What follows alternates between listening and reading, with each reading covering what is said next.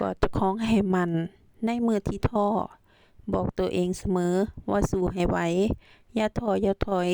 คนรอเหยียบเฮามีหลายคนสมน้ำหน้าเฮาก็หลายคนฮักเฮามีน้อยถึงแม้มื้อนี้เฮาอาจสิเป็นมื้อที่ท้อก็ปลอบใจเจ้าของกูต้องไหวกูต้องสู้ให้ได้คือสิ่งที่ข้อยปฏิบัติมาตลอดมื้อนี้ข้อยอาจสิล้มแต่มื้อหน้าข้อยอาจลุกให้ไวก็ได้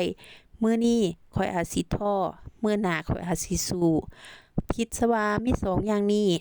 สู้กับท้อมีไว้ให้ลิงถือบ่สามารถท้อได้โดนเฮาต้องเข้มแข็งให้ไวลุกให้ไวเพราะอนาคตเฮายังไกลและอีกอย่างภาระทางบ้านเฮาก็หลายเฮาต้องบอกเจ้าของว่ามื้อนี้ถึงแม้สิเป็นมื้อที่เฮาล้มเฮาก็ยังไหวเฮาก็สู้ต่อไปเพื่ออนาคตของเด็กน้อยลูกๆเฮาที่ยังท่าวันที่เฮาสดใสยังท่าวันที่เฮายิ้มได้มื้อนี้ก็บ่มีหยังหลายก็อยากบอกทุกคนที่กำลังท้อที่กำลังมีประสบการณ์แบบเดียวกันให้ลุกขึ้นมาสู้เพื่อไผสู้เพื่อเจ้าของบ่ได้สู้เพื่อคนอื่นสู้เพื่อเจ้าของสู้เพื่ออนาคตของลูกๆของเจ้าของถึงแม้คนอื่นสิบ่มีลูกแต่ข้อยมีลูก3ลูก4คนก็ต้องดูแลในสิแม่ข้อยก็ต้องฟ้าวลุกให้ไวข้อยบ่มีสิทธิ์ท้อได้แต่ข้อยท้อบ่โดนล้มได้ข้อยก็ต้องลุกให้ไวเพราะว่าอนาคตทางบ้านและก็ทางนี้ก็ต้องมีคนคอยพยุงถึงมื้อนี้เขาอาจสิล้มในมื้อนี้มื้อหน้าข้อยอาจสิยืนสูงก็ได้บ่มีผู้ใดฮู้อนาคตเป็นสิ่งบ่แน่บ่นอนคนทุกคนก็ต้องมีความฝันมีความเดินหน้าต่อไปถึงแม้มื้อนี้ข้อยอาจสิเป็นคนพ่ายแพ้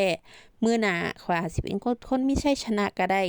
ข้อยเฮ็ดทุกทางความขยันคนขยันอยู่ไสก็บ่อดเชื่อข้อยนี่ถึงแม้มื้อนี้ครอบครัวข้อยสิพังทลายอนาคตข้อยอาจสิมีครอบครัวใหม่ที่ดีกว่าเก่าก็ได้คนที่เฮาฮักเฮ็ดให้เฮาเจ็บแต่ว่าข้อยก็ลุกขึ้นมาได้ข้อยสู้มาได้จนฮอดทุกมื้อนี้ก็ถือว่ามีประสบการณ์มีบทเรียนแล้วคือต่อไปนี้ดูแลลูกๆให้ดีที่สุด